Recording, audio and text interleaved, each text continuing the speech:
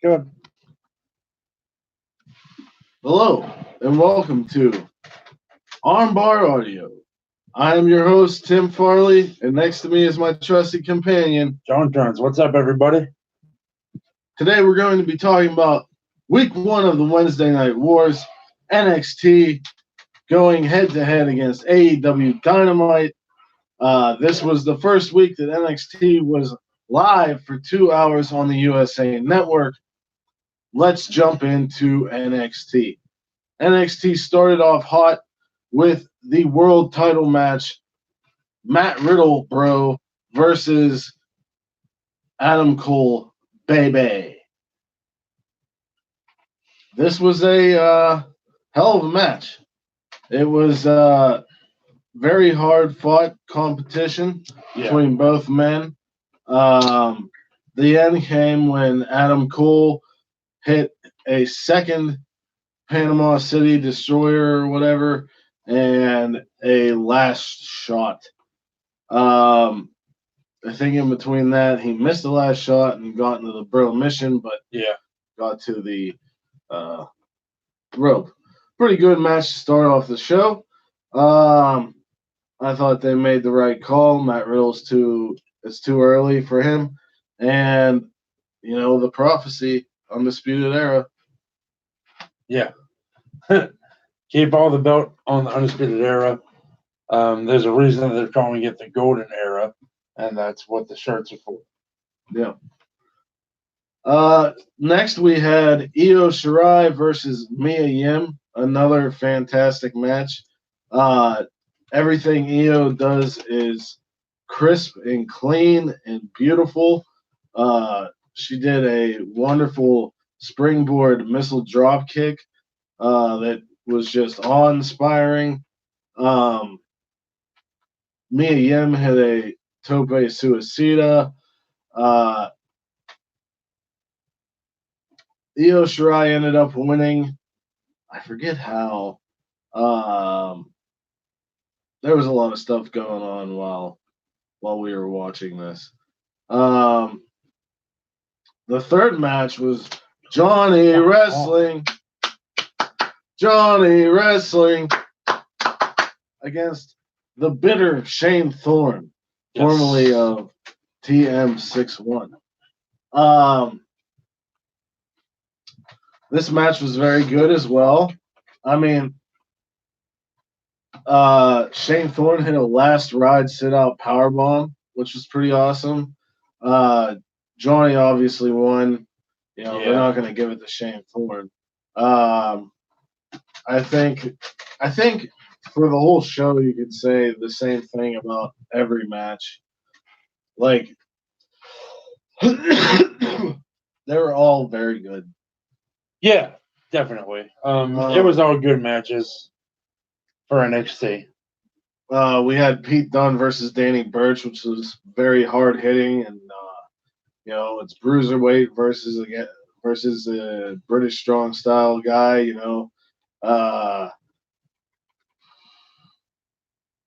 Bruiserweight Pete Dunne won, and then afterwards the lights went dim, and Damian Priest came out and attacked. Oh, great, Damian! Thanks for that. You're not excited for a Damian Priest Pete Dunne feud? I wanted Pete Dunne to go after Adam Cole, but okay, no reason. The show's 2 hours now. Makes sense. It would be a good feud. We had Candice LeRae challenging Shayna Baszler for the women's title match, and that match was pretty awesome. Yeah. I love Candice LeRae's offense. When she goes off, when she's on the apron and does it's not like a bulldog, it's just kind of a face plant to her opponent. It's pretty awesome. And then the swinging neck breaker off the second rope or the top rope. Shayna looked really good. She would not be tapped out. She knew how to get out of all the moves and whatnot LeRae was throwing at her. She hit a step-up knee, which would just look devastating. And she ended up winning with her chokehold finisher, the clutch. I forget the name of it. Kirifuda clutch. Yeah, that one. Then we had Pete Dunne in the Bruiserweight. But, oh well. I already talked about it. What? Awful. Why? No, it's just not. You. I don't know. I'm having trouble remembering what happened on NXT because my computer's pissing me off.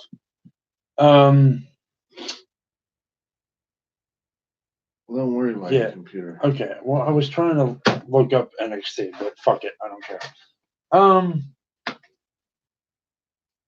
Because honestly, AEW had a better show and held my attention better. Yep. Anyway, here's the thing. Whenever Adam Cole defeated Matt Riddle, Finn Balor came out. Yes. Saying that he's back in NXT. Good for WWE. Definitely good. We then saw at the end Montez Ford and Angela Dawkins came out with Wale. They challenged for the titles against Undisputed Era and came up short.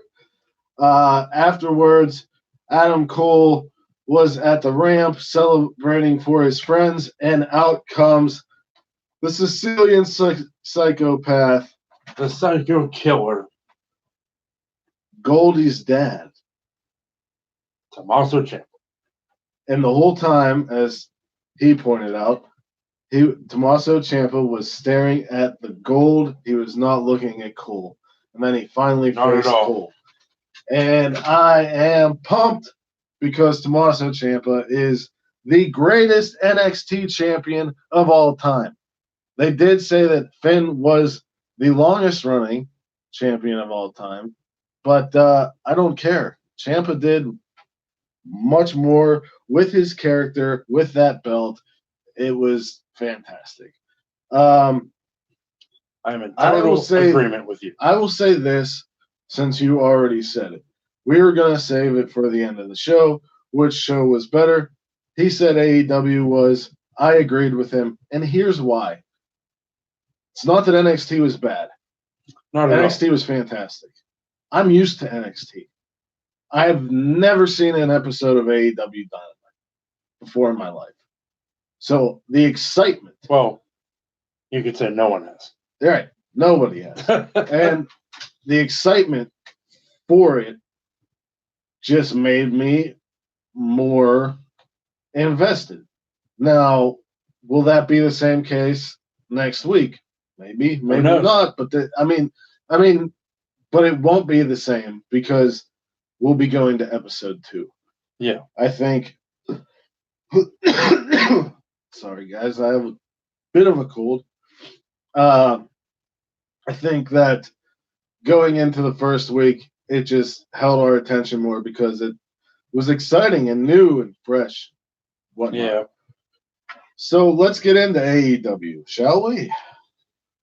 I will say, highlights from NXT were definitely Cole and Riddle, Street Profits, Undisputed Era. Shayna versus Candice was good, but it was Candice showed a lot of fire with the triple Tope Suicida spot. Oh yeah, I enjoyed that. Mm-hmm. Velveteen Dream's promo was really good.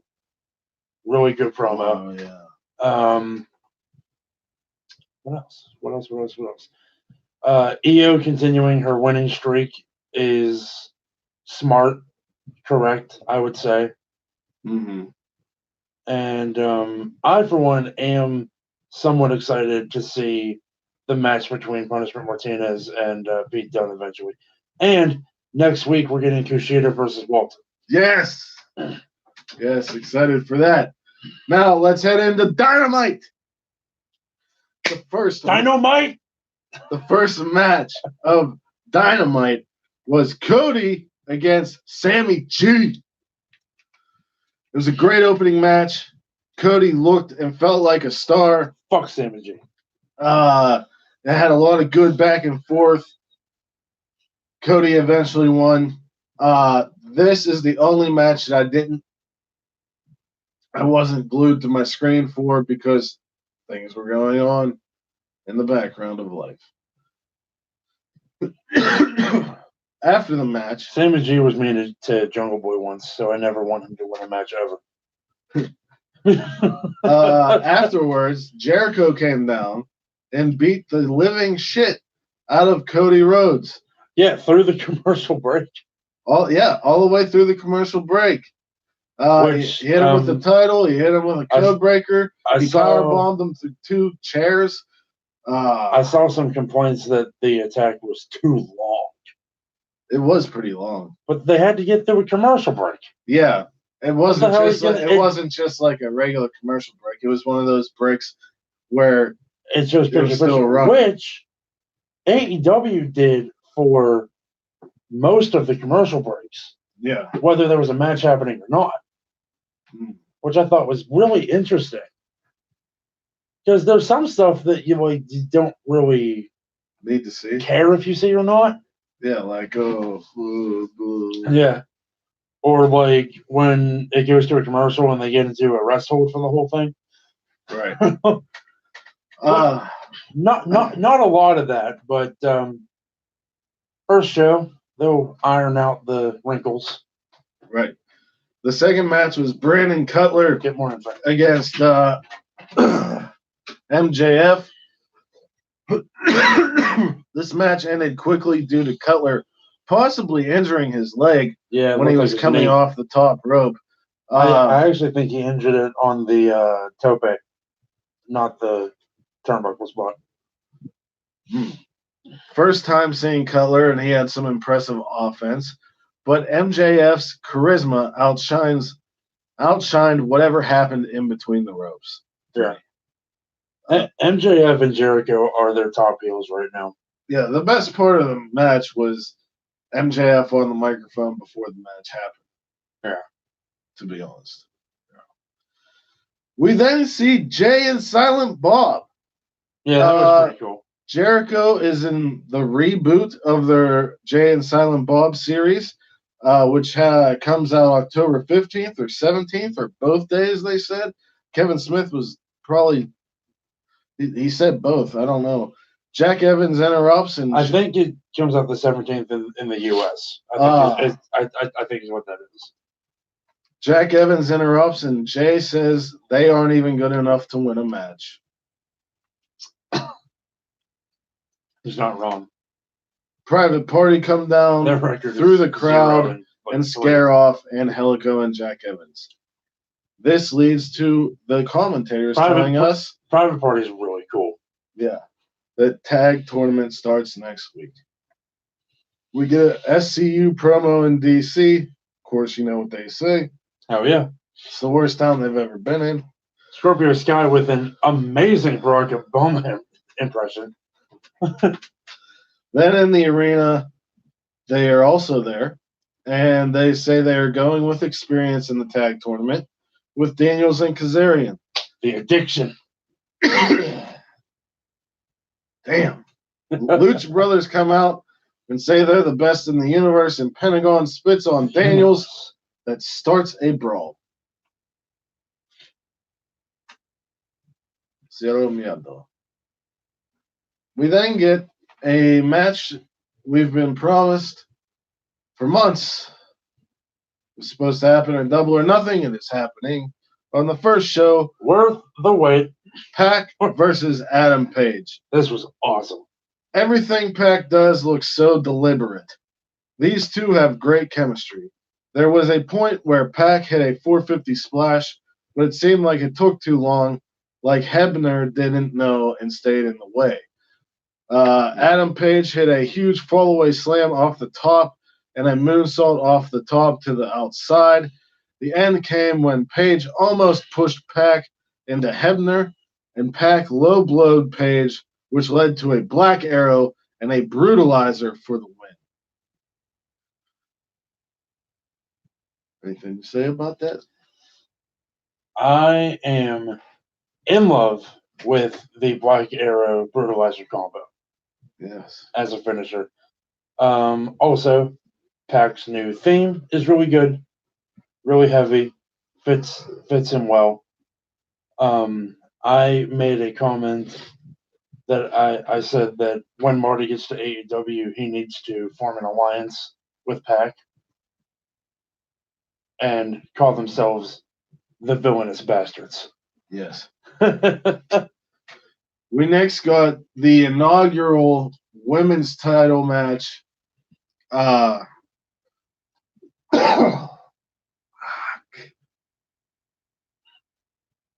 Riho versus Nyla Rose. The native beast, Nyla Rose. Nyla took it to Riho early on with the size and power advantage.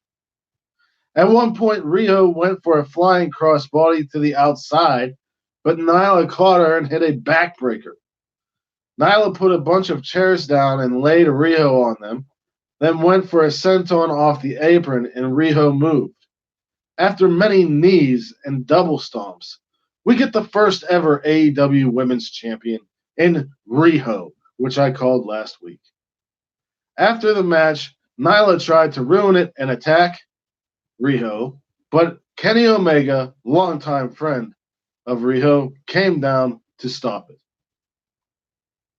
There was many times in this match where, John, I don't like yell and cheer, but I'll kick my leg if there's like a kick out that I want or I didn't expect, and or throw my arm, and that was happening a lot. I'll tell you what. Match. There was a lot in there. For those that have never experienced it and never will, watching him watch wrestling is very entertaining.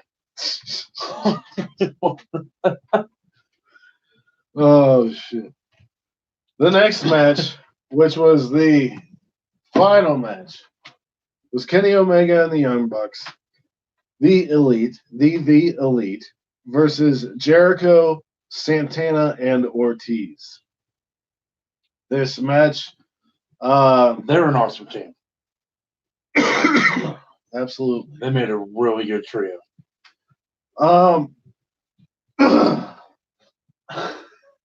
Fuck. Kenny Omega was taking it to all three of them. And then out of nowhere, through the crowd, up from behind, came Moxley. Uh-huh. And Moxley took him all the way to the back. I love seeing Omega tease the cleaner gimmick with the mop. Yeah. He hit very hilarious. There was a VIP area for fans, apparently. Yeah. And that's where they were. It was a glass coffee table. And Omega got paradigm shifted face first into it, leaving him out of the match for the rest of the show. Mm-hmm. So this led to a 3-on-2 beatdown of to the Bucks, but the Bucks got hot tags. Nick Jackson was running around like a chicken with his head cut off. I mean, they really gave it their all. But Nick Jackson looked fantastic in this match. For the purpose of an opening show is to make your guys look good. Nick looked so good. I said Nick Jackson doesn't get the credit he deserves as being one of the best high flyers of this generation because he's in the best tag team of this generation.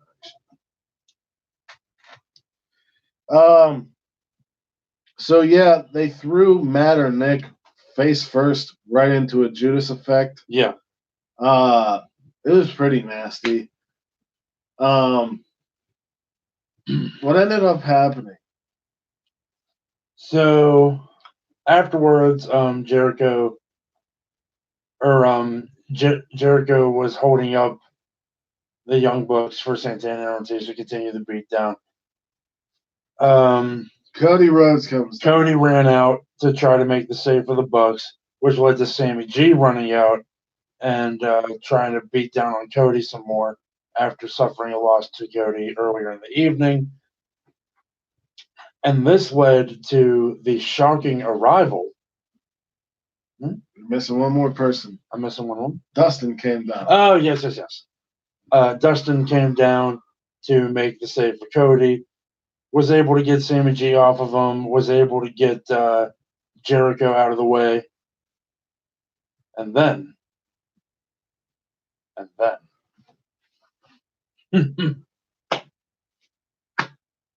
We the people.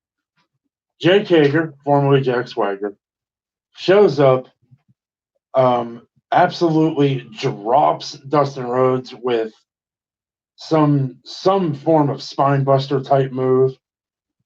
He whooped the shit out of all the faces. Everyone, yeah. And Jericho, Hager, it was kind of like commentary kind of made it seem like Hager was working for Jericho. Yeah. Santana, Ortiz, and Sammy G stood tall over the faces to end the first episode of AEW Dynamite. Yep. And I'll tell you this. So, episode 1, it seems that we have ourselves a heel faction. Right. To offset the face one. Mm-hmm. So, I'm going to say this. Jack Swagger was never very important to me. But it's all about presentation and execution. Yeah. And AEW did that very well. Yeah, and made me care. The crowd in attendance cared very much as well. We had a "We the People" chant.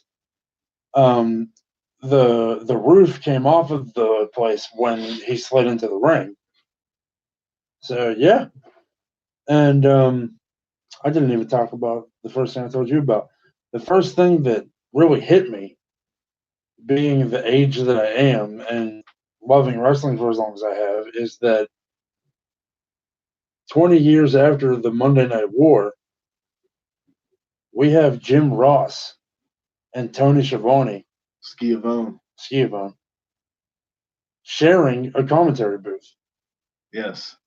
And I told him that this happened before the wars back in the 80s in Crockett Promotions. But I only know this stuff because I listen to Grillin' JR and stuff like that. Yeah.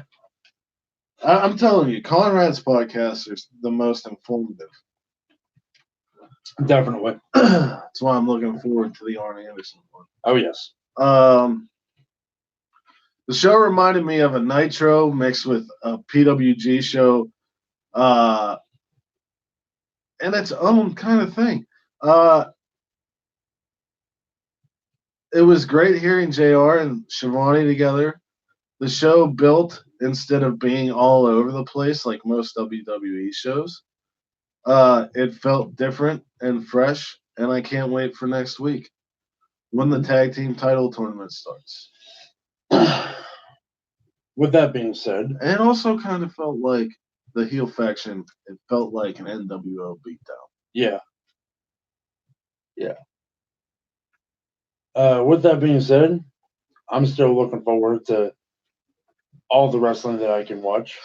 Yes, I watched a lot of wrestling this weekend or this week. Yeah, you watched that whole what was it, a Stardom tournament that you watched? No, not yet. I didn't get to the Stardom 5-star Grand Prix, but I did watch ROH Death Before Dishonor. I got to try to catch that. You said that was really good. Yeah, Shane Taylor ended up keeping the title, the TV title. The tag match was great. Fucking Matt Taven lost. Roosh is the new champion, and it's awesome. Love Roosh. Love that he comes down just like Tetsuya Naito. I know Naito took it from him. I understand that. But we all were exposed to Naito before. Yeah, man. SmackDown on Fox should be pretty good with all the money that Fox is dumping into it. I'm hoping. Better be. Because I've always liked SmackDown, and I've always said that SmackDown was underappreciated. Yeah. I'm hoping that it being on the new channel, on the new night, will help elevate it a little bit. I hope you're all ready for Brock Lesnar. Yeah. Because Dominic sure as hell wasn't. No. Ayo, Dominic. Raw was really good until Lashley and Lana showed up. The Lashley Lana thing made me uncomfortable. Very. Just like the Maria and Mike Kanellis storyline. Very. Don't like it. Don't approve. I like King Corbin. Do you have any thoughts on Team Hogan versus Team Flair in Saudi Arabia? So we're still doing. I know that it's Orton versus Seth. We're still doing these Saudi Arabia shows, I suppose. But I don't know who's on the teams. Well, they're going to be revealed as the weeks go on. What do I think? It seems like Seth Rollins has Rusev, although Rusev challenged for the Universal title on Raw. But I feel like we have Orton and King Corbin as the first two Team Flair members. I don't think much because I'm not going to watch it. I never watch any of the Saudi Arabia shows. That's my personal thing. No, it's not. It was on when you were over once, and yeah, I didn't watch it. And then you were like, "This is hilarious. Look at this," and I was like, "Oh, ha ha ha!" And I continued not watching. Yep. So anyway, with that, I guess we'll end the show. Yeah. Next week, not much else to say. We got the Wednesday Night Wars to talk about, and Hell in a Cell. Hell in a Cell. Hell yeah. The week after that, I think it's King of Pro Wrestling for New Japan. Yes. I don't know, or maybe that's in 2 weeks. There's a lot going on in October. Man. October's a busy wrestling month. It always seems to be. It's crazy. October, no. I think King of Pro Wrestling is November 9th. Hold on, names. I think it's next month. It's either November 9th or October 19th. I really feel like there's a 9 somewhere in there. 14th, October 14th. October 14th is King of Pro Wrestling. Yep. Interesting. Yep. And then Bound for Glory is the 20th. Jesus. Yeah. And then October 23rd, AEW Dynamite is in our hometown of Pittsburgh, Pennsylvania. I will be in attendance.